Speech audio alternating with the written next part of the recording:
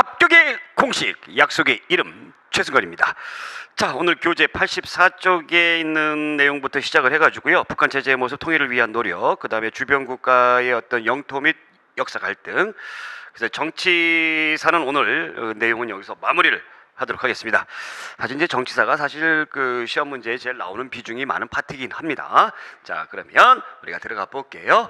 북한 체제의 모습. 잘 나오지 않는데 나오면 그냥 맞추시면 돼요. 그냥. 예, 김일성 독재 체제의 강화. 1950년대 그러니까 전쟁 끝나고 나서 6.25 전쟁 때는 뭐 예난파라든가 중국 공산당의 기반을 두고 예난파라든가 또 이제 소련 공산당의 기반을 두고 소련파라든가 이런 사람들하고 같이 또 남노동, 그러니까 그 전쟁 전에 이제 우리 남한 쪽에 있었던 그런 공산당들의 어떤 집단이죠. 이런 집단들하고 같이 이제 전쟁을 수행해야 되는 상황에서 손을 잡고 있게 했어요. 근데 전쟁 끝나고 나서 독재하기 때문에 이제 어떻게 합니까? 다 이제 쳐내버리는 거예요. 수청작업. 쳐내버리는 겁니다. 박헌영을 비롯한 남노단계, 그 다음에 중국 쪽인 예난파, 소련파, 얘네들 다 숙청해버립니다. 그리고 이제 전쟁 끝나고 나서 전후 복구 사업을 하는데 협동농장, 개별 농장이 아니죠. 예, 다 같이 이제 일하는 그런 것이고요. 그 다음에 이제 천리마운동. 자, 요것이 있다. 요건 여러분들이 이제 옛날에 아마 도덕 시간에도 좀 배우지 않았을까라는 그런 생각을 해보는데, 천리매가 뭐죠? 천리를 달리는 말이죠. 천리를 달리는 말. 천리를 달리는 말처럼 열심히 일하자. 뭐 이런 내용이에요. 자, 60년대 들어오게 되면 이제 주체사상이 있습니다. 주체사상. 이 주체사상이 북한의 유일사상으로 체계화가 돼요. 60년대 후반에. 여기 이제 60년대 후반. 요걸 알아두세요. 요거. 60년대 후반이에요.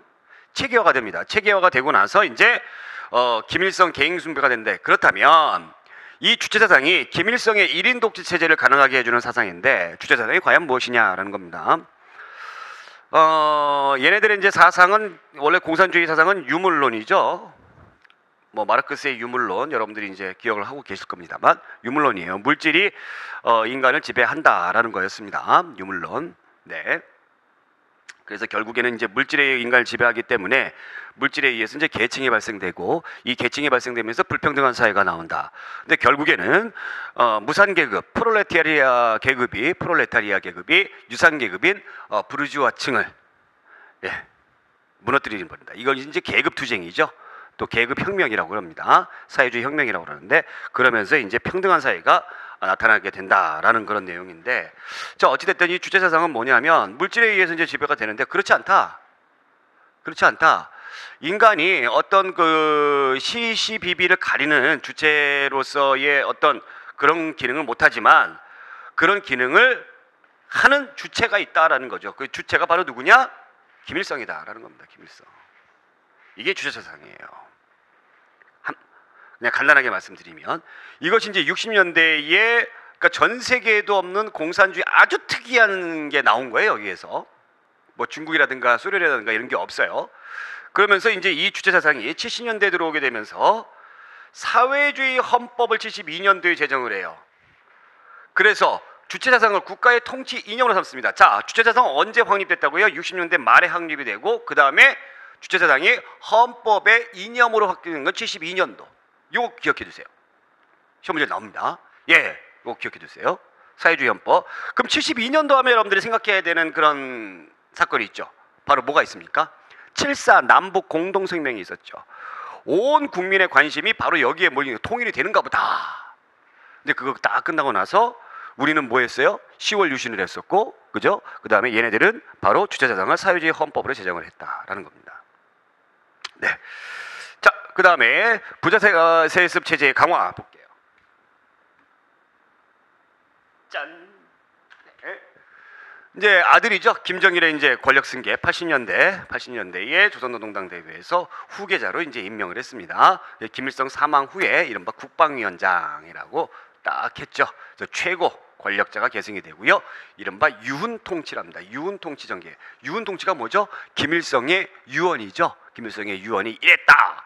김일성은 거의 뭐 북한에서 신처럼 여기니까 이랬다. 그런 식으로 이제 통치를 하면서 전개를 했고, 또 한 가지가 이제 여러분들이 알아두셔야 하는 단어가 선군 정치를 한다라는 겁니다. 선군 정치라는 게 이제 군대가 먼저다라는 얘기예요. 예. 그러니까 뭐 강력한 군대, 이런 쪽으로 가는 거죠. 그 다음에 이제 여러분들 너무나 잘 아는 김정은이가 자기 형들도 죽이고 모두 죽이고 해가지고 이제 3대째 세습을 하고 있다라는 거죠. 자, 그럼 통일을 위한 노력을 볼게요. 50년대에는 통일을 위한 노력이 없어요. 왜냐하면 전쟁 끝난 지 얼마 안 됐기 때문에 서로 으르렁거리고 맨수지간이 됩니다. 60년대 들어와서도 마찬가지예요. 잠깐 있었죠. 잠깐.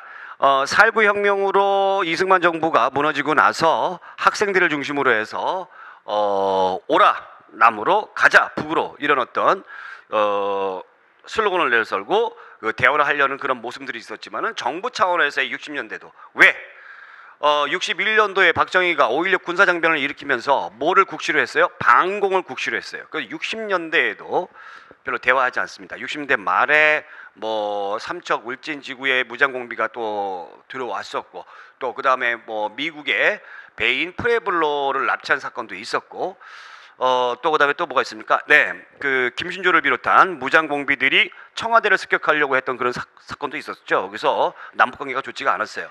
근데 이제 70년대 들어오게 되면서 박정희 정부가 통일을 위한 노력을 하는데 왜 이런 통일을 위한 노력을 할 수 있었느냐? 바로 대탕트의 분위기였다. 대탕트가 뭐라고 그랬죠? 바로 화해죠. 화해 분위기였어요. 69년도에 미국의 닉슨 대통령이 중국의 마오쩌둥을 방문합니다. 마오쩌둥 당시에 이제 중국의 최고 권력자죠. 여기를 방문을 해요.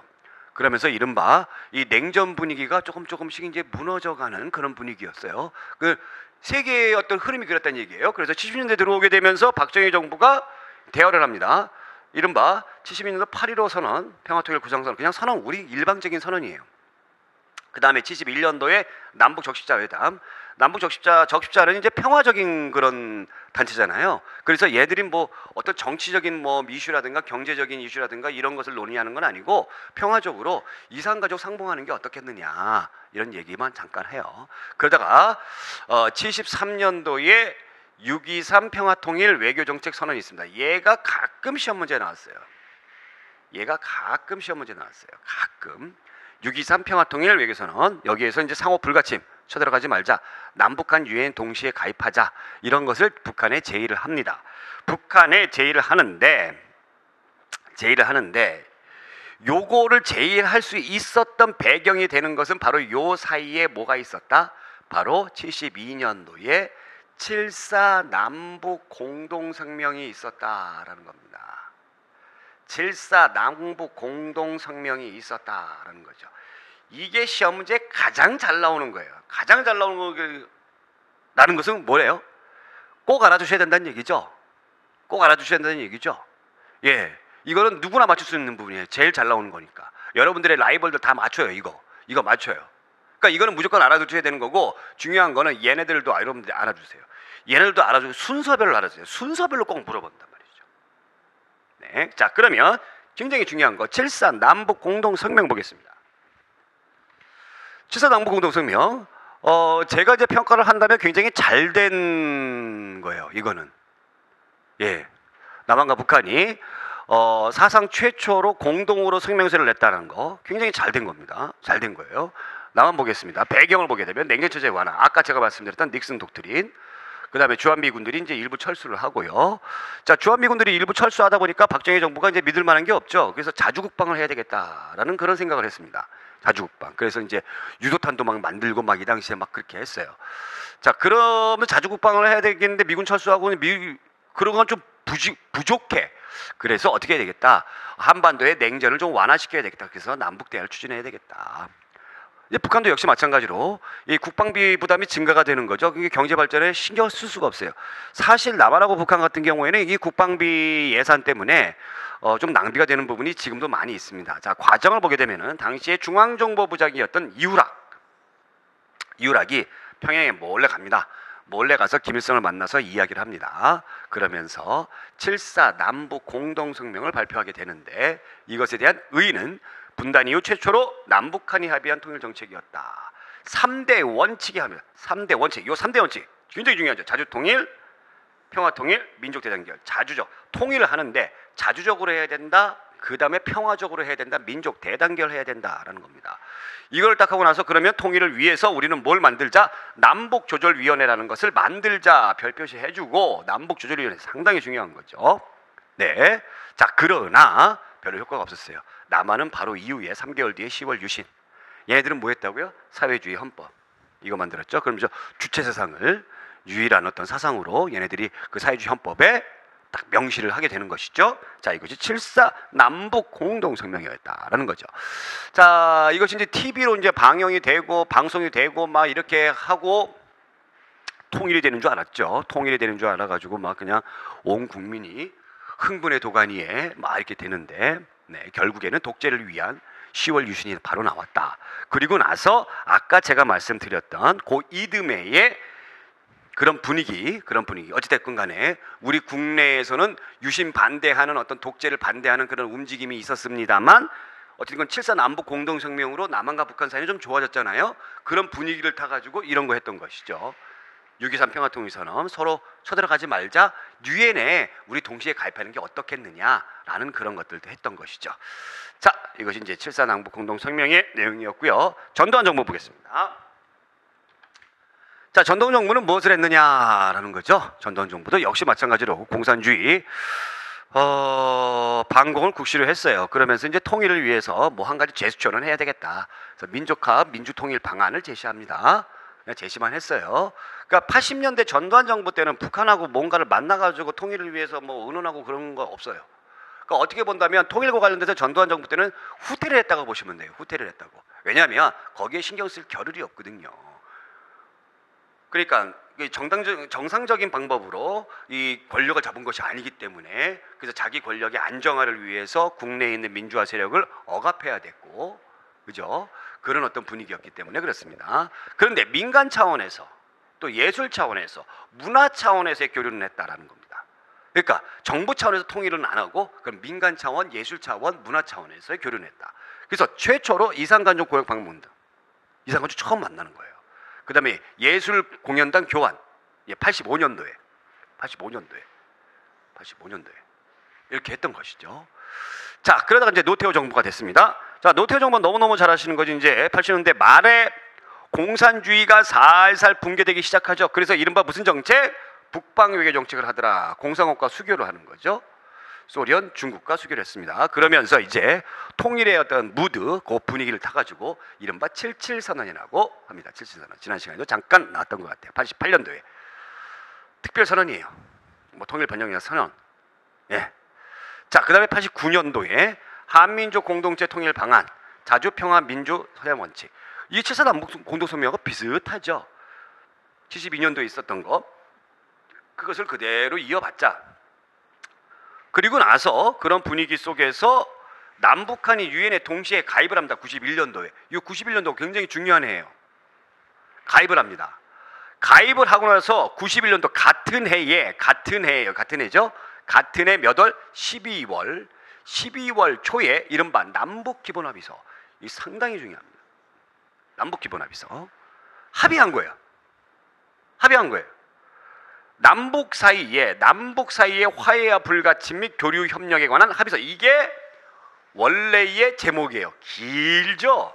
근데 이 긴 내용에 다 들어가 있어요. 남북 사이에 화해합시다. 서로 쳐들어가지 맙시다. 교류 협력합시다. 합의서예요. 이 합의서가 뭐를 바탕으로 했느냐, 베이스로 했느냐? 72년도에 있었던 7.4 남북 공동성명을 바탕으로 했다라는 겁니다. 아시겠죠?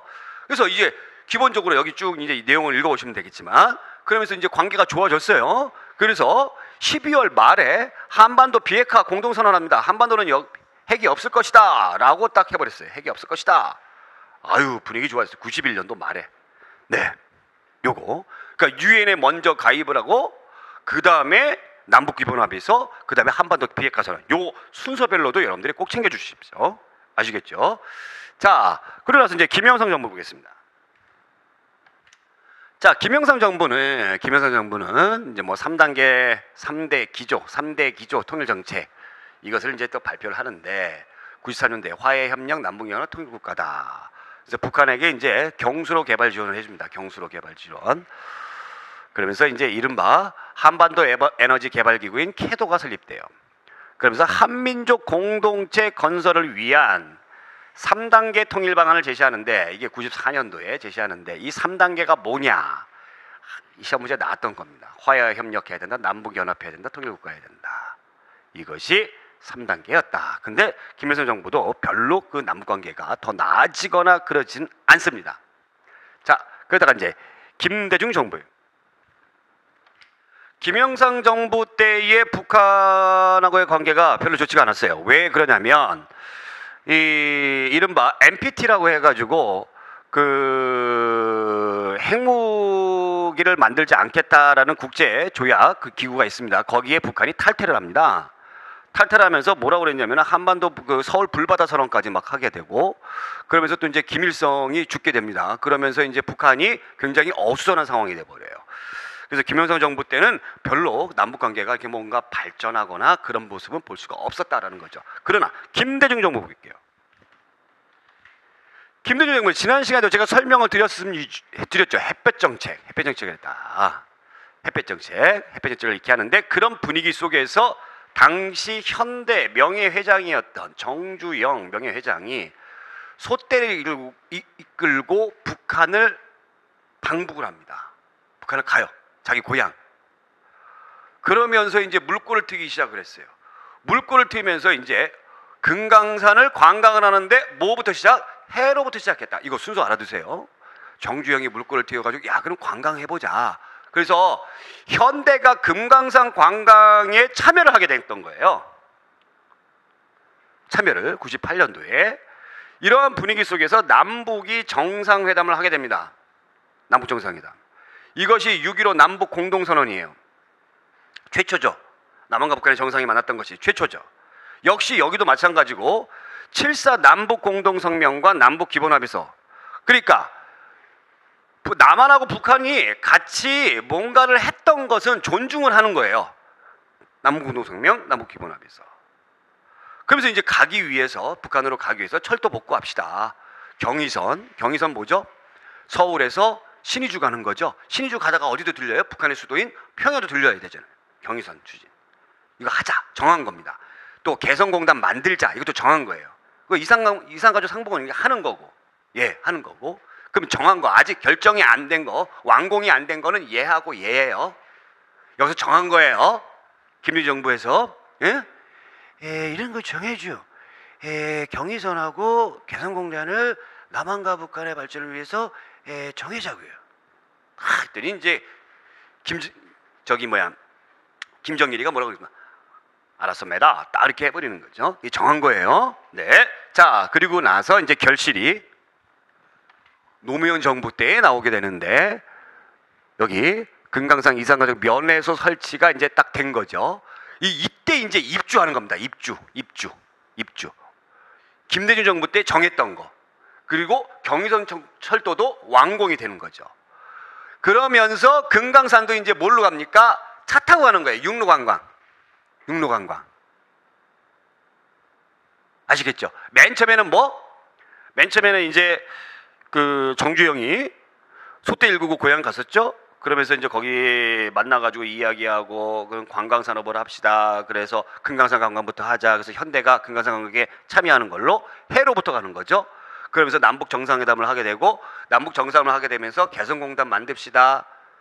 그 다음에 경의선 만듭시다. 이거 정했던 것이죠. 그 다음에 육로 관광을 합시다. 이거 정했던 것이죠. 이게 순서별로 여러분들이 기억해 두셔야 됩니다. 순서별로. 그러니까 쉬운 거부터 먼저예요. 차 타고 금강산 가는 거 뭐 그냥 길만 닦으면 되잖아요. 그러니까 얘가 제일 먼저. 그 다음에 개성공단 좀 만드는데 좀 시간 걸리잖아요. 그 다음에 두 번째 경의선 철도 신의주까지 놓는 거잖아요. 제일 오래 걸리죠. 그래서 이것이 제일 나중이다. 그러면서 2007년도 10월 4일 날 두 번째로 남한과 북한의 정상이 만나는 거죠. 만나는 겁니다. 김대중 대통령은 비행기를 타고 갔는데 노무현 대통령은 뭘 타고 갔어요? 자동차 타고 갔어요. 판문점을 넘어가지고. 자, 그런데 이명박 정부 시절에는 대북 강경 정책으로 갔다라는 겁니다. 뭐 북한의 이제 뭐 미사일 시험 발사라든가 핵실험 강행이라든가 연평도 포격, 천안함 사건 등 이런. 그래서 남한과 북한이 이명박 정부, 그다음에 박근혜 정부 때는 굉장히 경색이 돼 있었어요. 노력을 하지 않았죠. 개성공단에서도 철수를 했고요.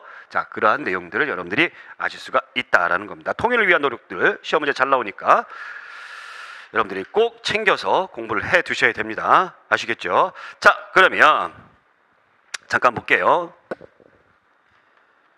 이제 뭐 달라진 세계 속의 우리나라 대한민국의 위상, 여러분들 뭐 국제연합에 가입했고, 뭐 OECD 국가고, 그 다음에 선진국 들어가는 G20에도 우리가 이제 들어가 있죠.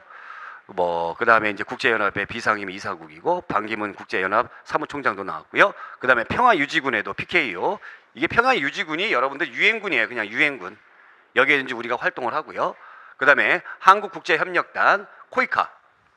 코이카 뭐냐면요. 여기 또 이것도 이제 순서별로 알아두세요. 우리가 이제 기술이 좋으니까 너희들 기술 좋으니까 기술을 좀 못 사는 나라들한테 좀 전수 좀 해줘. 이것이 이제 국제협력단 코이카예요.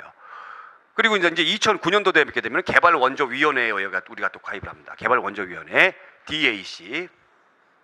이게 뭐 하는 거죠? 이제 돈 내는 거예요. 돈 내는 거. 야, 너네들 살 만큼 사니까 이제 돈 좀 내. 응? 못 사는 나라들 위해서 돈 좀 내. 그래서 돈을 내야 되는 거죠. 그럼 여러분들 뭐 잘 아는 한류 문화의 확산, K-팝이라든가 뭐 이런 것들이 위상들이 많이 나아졌다라는 겁니다. 자, 이제 주변국의 영토 및 역사 갈등, 또 일본, 우리나라의 갈등 잠깐 우리가 또 보도록 할게요. 골치 아프죠. 네, 일본 같은 경우에는 이제 그 2차 세계대전 이후에 만들어진 이른바 평화 헌법이 있는데 얘네들 개정하려고 그러죠. 개정하려고. 평화 헌법에는 이제 어떤 내용이 있어요? 다른 나라를 침략할 수가 없다. 또 일본은 군대를 만들 수가 없다. 그래서 일본에 있는 자위대는 정식 일본 군대가 아니죠. 자기네들을 그냥 보호하는 그런 어떤 방어용으로서의 적이지 이 군대가 아니에요. 뭐 한국군, 일본군 이렇게 불려지는 정식 군대가 아니에요. 이걸 고치겠다라는 거죠. 이걸 고치겠다. 네. 그리고 이제 참 일본이 이상해요. 일본은요 당시의 지금의 집권 여당을 자민당이라고 그러는데 이 자민당 지금 총리가 이제 아베잖아요. 이 자민당이 그러니까 다른 당들 뭐 민주당이라든가 정권 교체가 된 적이 없어요. 얘네들은 된 적이 없어요. 일본은 경제적으로 우리나라보다 훨씬 선진국인데 이 정치적으로는 우리보다 훨씬 후진국 같아. 그러니까 얘네들이 인기가 좀 떨어지려고 하면 우경화로 가는 겁니다. 우경화로. 인기가 좀 떨어지려고 하면 국민들이 거기에 이제 관심을 갖게 되는 거죠. 그러면서 일본 역사 교과서 왜곡하는데 새로운 역사 교과서를 만드는 모임 이걸 만들었어요. 이게 이제 새 영모, 이 영모하는 거예요. 영모를 꾀하는 거죠. 여기에서 2차 세계대전 자기네는 뭐 반성하지 않고 자기 잘못 없다 뭐 이런 식으로 나오는 애들이에요. 자, 그럼 독도와 관련된 거 보겠습니다. 뭐 잘 아시겠지만 러일 전쟁 중에 시마네 혐오로 편입됐죠. 자, 근데 우리 층의 증거는 뭐 지증왕 때, 그 다음에 숙종 때 안용복. 일본 보겠습니다. 일본의 은주시청 합기라는 일본에서 만든 거예요. 17세기 때. 그래서 울릉도와 독도는 우리 땅이다. 에? 우리 땅이다 라고 이야기를 했습니다. 자, 그 다음에 2차 세계대전 끝나고 나서 연합국 최고사령관 각서 이거 보게 되면은 우스료, 울릉도, 리앙꼬르 암석 이것이 이제 독도입니다. 그 다음에 다른 이런 것들은 일본의 영토에서 뭐한다? 제외한다라는 거였어요. 그러니까 우리가 지금 이런 것들을 보여주는 이유가 뭐죠? 독도는 우리 땅이다. 그 일본 애들이 식민 만행에다가 범죄 부정하죠. 일본군 위안부라든가 강제징용, 또 강제징용 때에 우리나라 이 사람들을 부려먹었던 당시의 일본 기업들 손해배상해라. 근데 이제 일본 애들이 안 한다. 우리는 1965년도 한일협정 때 다 했다. 왜 자꾸 또 달라고 그러느냐? 막 이렇게 하는 거죠. 처음에 할 때 잘했어야 되는데 그게 좀 안타깝긴 합니다. 자, 일본 애들이었고요. 자, 일본의 주변국과의 영토 갈등을 보겠습니다. 이건 뭐 지도로만 잠깐 보겠게요. 쿠릴 열도 이쪽에 북방 열도죠. 그러니까 여기 사할린 섬하고 여기는 사할린 섬하고 요 홋카이도하고 요 사이에 이 섬들이 있어요. 요 섬들이 이제 러시아가 점령하는데 자꾸 이제 일본 애들이 지네 땅이다 막 이러는 거고요. 그다음에 이제 우리나라하고 이제 독도 분쟁이 있고, 그다음에 일본 애들이 얘기하는 걸 센카쿠 열도라고 그럽니다. 센카쿠 열도. 오키나와 밑에 있는. 그다음에 중국 애들 입장에서는 다오위아오, 여기에 또 이제 그 영토 분쟁이 있고, 그다음에 또 중국 애들이 또 영토 분쟁을 하고 있어요. 예, 중국이 이제 뭐 동남아시아 국가들, 뭐 필리핀 뭐 이런 국가들하고 섬 가지고 또 영토 분쟁을 하고 있다라는 거죠. 자, 중국과의 역사 갈등. 이 동북공정은 이미 끝났습니다. 뭐가 끝났어요? 중국 애들 입장에서 끝났어요. 중국의 동북공정 볼게요. 배경은 신장, 위구르, 티베트 등 소수민족이 있잖아요. 중국의 소수민족. 이 소수민족들이 분리 독립을 하려고 막 노력을 많이 했어요. 이것을 얘네들이 탄압을 했습니다. 탄압을 하면서 얘네들이 이와 비슷한 애들이 이런 것들을 하면 안 되겠다 해가지고 오로지 하나의 중국으로 가야 되겠다. 하나의 중국으로. 또 그 다음에 여러분들 그 베트남이 그 통일을 하고 나서 중국과의 영토 갈등이 있었습니다. 북쪽에 있는 영토 갈등이 있었는데 베트남이 승리를 했어요. 그래서 중국이 점령하고 있는 영토를 베트남이 차지를 했어요. 그런 사건들도 있었어요. 자, 이러다 보니까 중국 애들이 이제 위기의식을 갖는 겁니다. 중국 내의 모든 민족은 중화민족이다. 다 똑같다라는 겁니다. 다 똑같다. 그래서 특히 이제 우리나라와 관련된 것이 이제 동북공정이죠. 서남공정은 이제 서쪽 남쪽에 있는 걸 얘기하는 거고, 동북공정, 우리나라 관련된 거 이거 볼게요. 자, 그럼 이제 동북공정 볼게요. 화면이 튀었죠. 예, 화면이 튄 이유는 이 기술상의 문제가 있어가지고 갑자기 녹화가 안 돼가지고 이 동북공정 보겠습니다. 네, 이해해 주시기 바라고요. 동북공정 여러분들 많이 들어보셨죠? 예, 이 동북공정 과정이 끝났어요. 아까 이제 좀 동북공정에 했던 이유들은 제가 이제 설명을 해드렸고, 이 이제 우리나라 관련돼 있으니까 부여, 고구려, 발해 이런 나라들은 이제 중국의 중국의 역사를 일부러 편입을 시켜버렸습니다. 지금. 예. 그래서 뭐 고구려의 유적이라든가 발해의 유적이라든가 이런 걸 찾기 위해서 좀 우리나라 학자들이 좀 가려고 그러면은 막 연구도 못하게 하고 막 이렇게 돼버리죠. 뭐 어찌됐든 이 동북공정과 관련돼 가지고는 사실은 우리가 지금 뭐 뭔가를 가지고 중국하고 싸우기에는 좀 역부족인 면이 있습니다. 왜냐하면 북한의 입장도 있기 때문에. 그래서 하루빨리 제가 이제 뭐를 해야 되겠다? 통일을 해야 되겠다라고 주장을 하는 이유가 바로 그런 부분들이에요. 예, 통일을 해서 정말 단합된 어떤 그 국가의 그런 모습, 그런 파워를 우리가 보여줄 필요가 있고, 자, 또 한 가지는 이제 정말 오랫동안 우리가 실제로 지배를 했던 이 간도 지역에 대한 어떤 영토 문제를 우리가 중국하고 그 문제를 제기하면서, 예, 뭐 어찌됐든 간에 뭐 못 가져온다고 하더라도 뭐 가져오기가 쉽지는 않겠습니다만, 그래도 저는 계속 이 문제 제기를 해야 된다고 생각을 해요. 예, 그러기 위해서 뭐부터 해야 됩니까? 통일을 해야 되겠죠. 자, 이렇게 해서 우리가 정치사 부분이 마무리가 됐습니다. 마무리가 됐고, 다음 시간에 정치사와 관련된 어떤 흐름을 잡는, 감 잡는 문제들 우리가 풀이하고, 그 다음에 테마별로 심화적인 부분들 우리가 깊숙하게 들어가 보도록 하겠습니다. 오늘 여기까지. 고맙습니다.